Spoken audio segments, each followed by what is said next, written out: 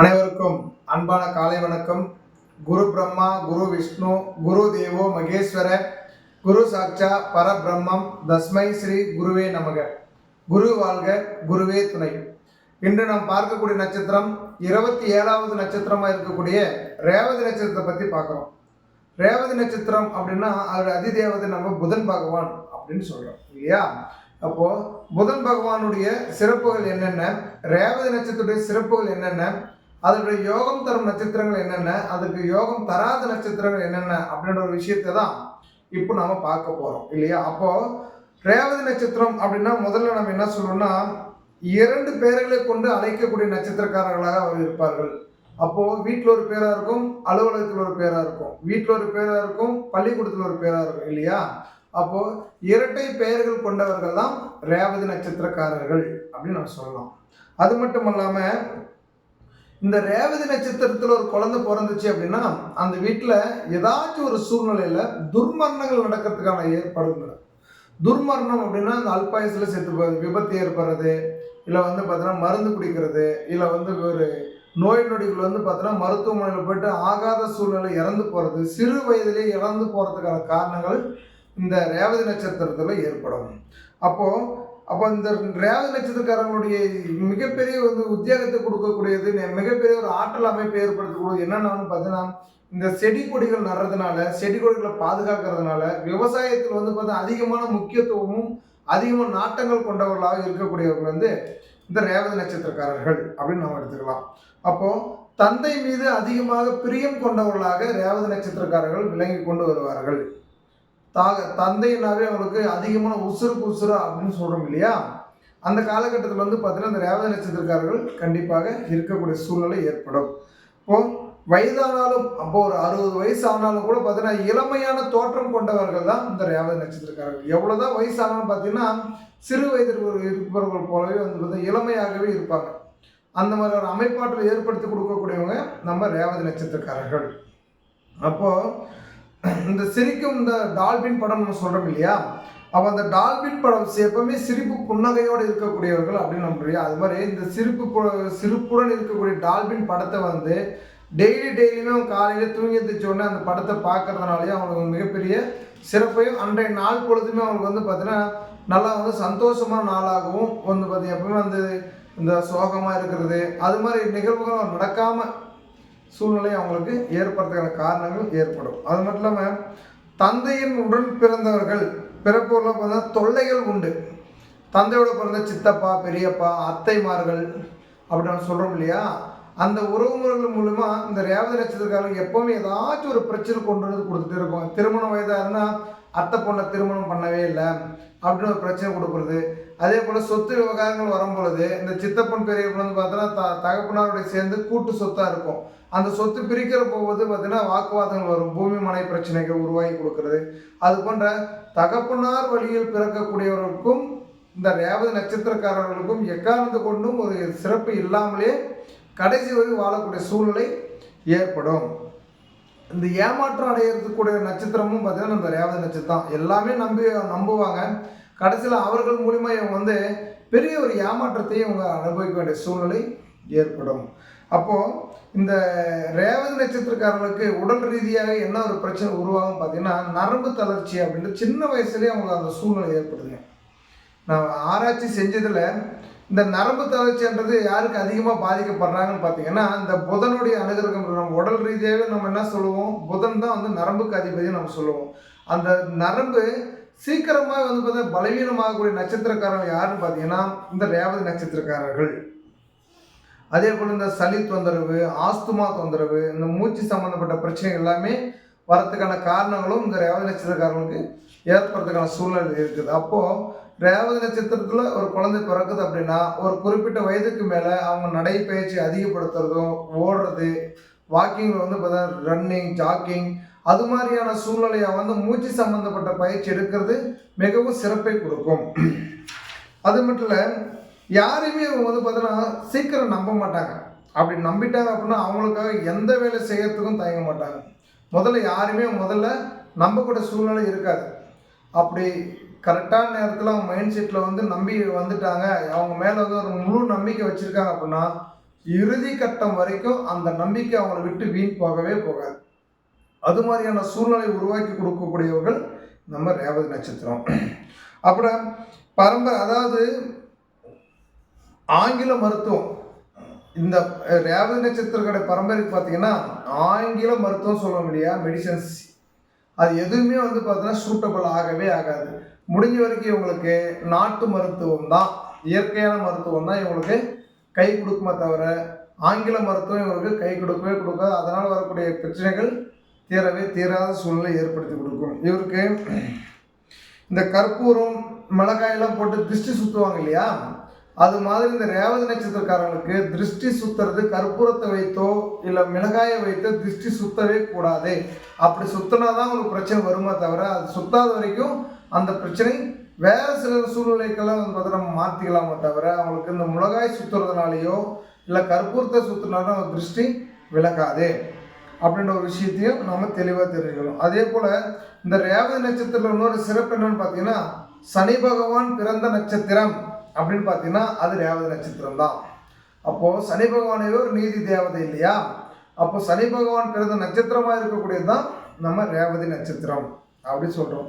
இந்த ரேவதி நட்சத்திரத்தில் பிறந்தவங்க வருஷத்துக்கு ஒரு நாள் கட்டாயம் போகக்கூடிய தெய்வ கோயில் என்னென்ன அப்படின்னு பார்த்தீங்கன்னா, திருத்தஞ்சூரில் இருக்கக்கூடிய முருகப்பெருமானுடைய கோயிலுக்கும் மாசாணி அம்மன் கோவிலுக்கும் திருநள்ளாறு போயிட்டு வழிபாடு செய்கிறது. இந்த வருஷத்துக்கு ஒரு நாள் அந்த 3 கோயிலுக்கு, மற்ற கோயிலுக்கு போகிறீங்களோ இல்லையோ, இந்த 3 கோயிலுக்கும் எக்காரணத்தை கொண்டும் தடையில்லாமல் சென்று வருவது வாழ்க்கையில் மிகப்பெரிய ஒரு சிறப்பை ஏற்படுத்தி கொடுக்கக்கூடிய சூழ்நிலை உங்களுக்கு ஏற்படும். அதே போல் பூர்வீக சொத்துல பிரச்சனை இருக்கும். நான் முன்னே சொன்னலையா, அப்பாவுடன் உடன் பிறந்த சித்தப்பன் பெரியப்பன் அத்தைமார்கள் அப்படின்னு சொல்லுவோம் இல்லையா, அப்போது பூர்வீக சொத்து, தாத்தா வழியில் வந்த சொத்து, நம் முன்னோர்கள் செய்த சொத்து பிரிக்கும் போது கட்டாயம் உங்கள் சொத்தில் பார்த்தீங்கன்னா மிகப்பெரிய ஒரு பிரச்சனை அது கடைசியில் காவல் நிலையம் வரையும் போயிட்டு கோர்ட்டு வரையும் போய் கூட அந்த பிரச்சனை நிவர்த்தி ஆகாமல் இருக்கக்கூடிய சூழ்நிலைக்கு நம்ம நிறையவே பார்த்துருக்கோம். அது மாதிரியான பிரச்சனை வராமல் பார்த்துக்கொள்வது மிக மிக சிறப்பை கொடுக்கும். அதே போல் உங்களுக்கு இந்த ரேவதி நட்சத்திரத்தில் பிறந்தவங்களுக்கு இன்னொரு விஷயம் என்னென்னா, பழிவாங்கும் எண்ணங்கள் கொண்டவர்களாக இருப்பார்கள்.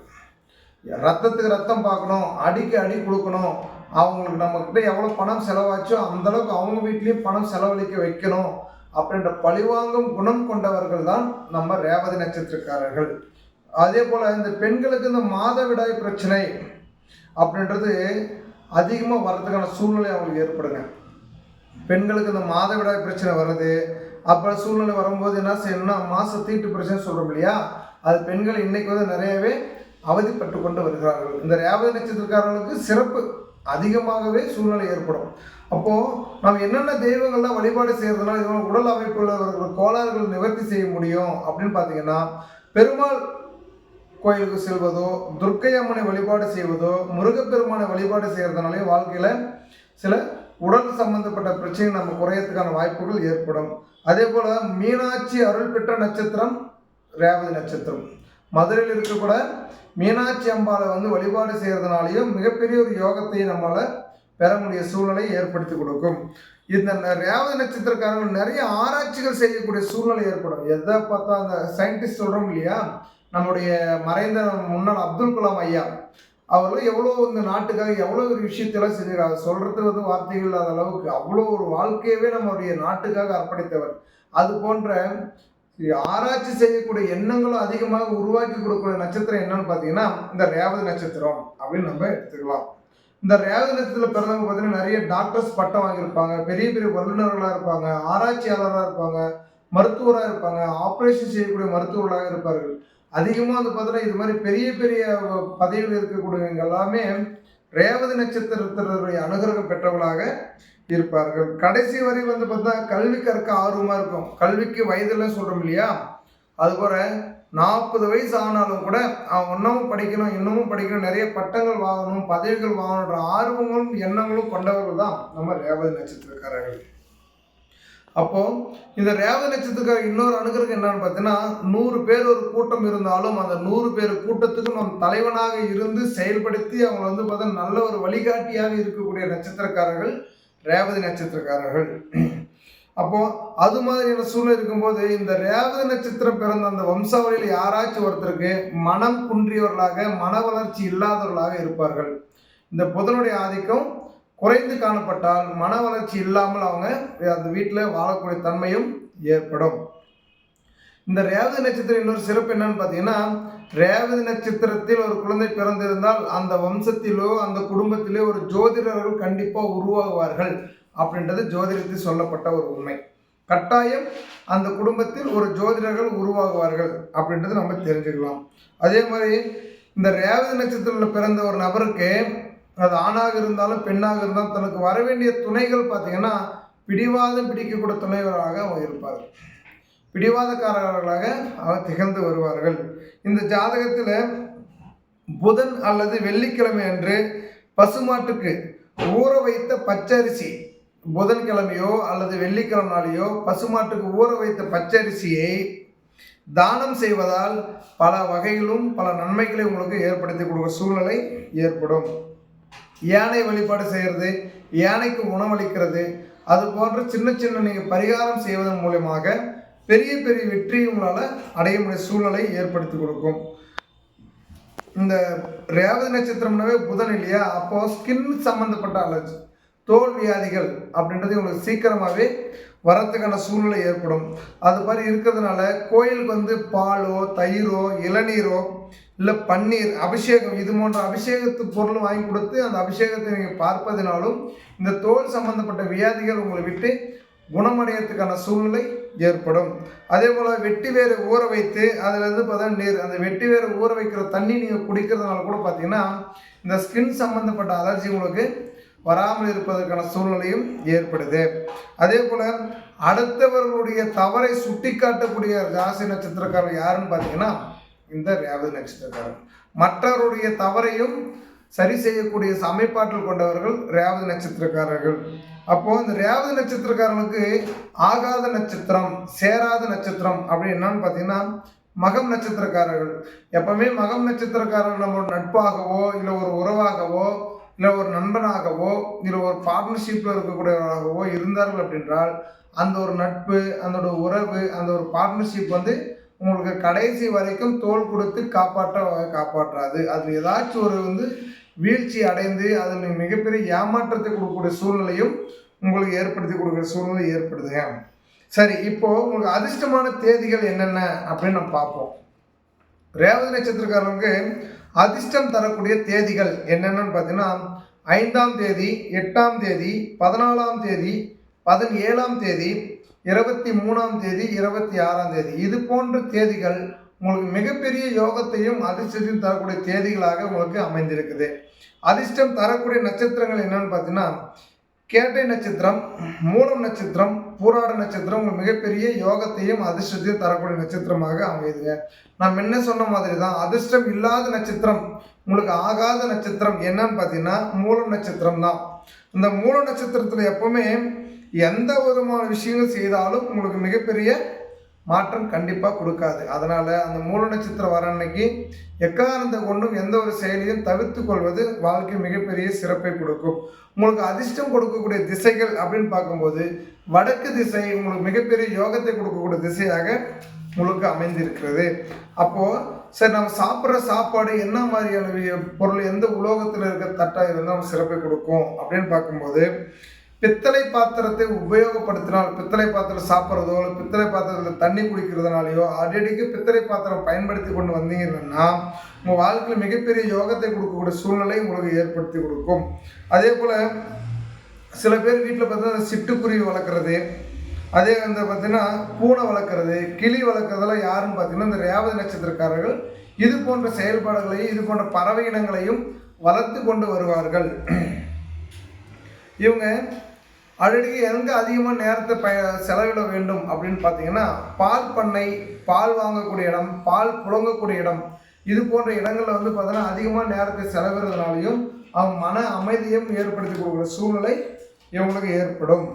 இவங்களுக்கு திருமணத்துக்கு ஒரு பெண்ணுக்கு பார்த்தீங்கன்னா வரம் பார்க்குறீங்க அப்படின்னா அந்த பெண்ணுக்கு என்னென்ன நட்சத்திரம் அவங்களுக்கு யோகத்தை கொடுக்கும், பெண் மாப்பிள்ளை அமைஞ்சால் நல்லா இருக்கும் அப்படின்னு பார்த்தீங்கன்னா கிருத்திகை நட்சத்திரம், மிருகசீரட நட்சத்திரம், புனர்பூசம் நட்சத்திரம், பூசம் நட்சத்திரம், உத்திரம் நட்சத்திரம், அனுசம் நட்சத்திரம், உத்திராடம், திருவோணம், அவிட்டம் இது போன்ற நட்சத்திரத்தில் உங்களுக்கு கணவன் அமைந்தால் என்றால் உங்கள் வாழ்க்கை மிகப்பெரிய ஒரு யோக வாழ்க்கையாக உங்களுக்கு அமைய வேண்டிய சூழ்நிலை ஏற்படும். அதே போல் நீங்கள் வழிபட வேண்டிய தெய்வங்கள் என்னன்னு பார்த்தீங்கன்னா ராமர் பாதம், ராமேஸ்வரத்தில் இருக்குது இல்லையா, ராமர் பாதம், விஷ்ணு பாதம், இது போன்ற பாத வழிபாடு செய்கிறதுனாலையும் வாழ்க்கையில் மிகப்பெரிய யோகத்தை அமையக்கூடிய சூழ்நிலை ஏற்படும். இதுவரைக்கும் தினம் ஒரு நிகழ்ச்சியில் ரேவதி நட்சத்திரத்தை பற்றி தெளிவாக பார்த்தோம். இன்னும் சில தகவல்களோடு மீண்டும் நாளை சந்திப்போம். அதுவரைக்கும் இந்த சப்ஸ்கிரைப் செய்து வைத்துக் கொள்ளுங்கள், லைக் செய்யுங்கள், மற்றவர்களுக்கு ஷேர் செய்யுங்கள். உங்களோட ஆதரவு என்றும் வேண்டும் என்று சொல்லி விடைபெறுகிறேன். நன்றி, வணக்கம்.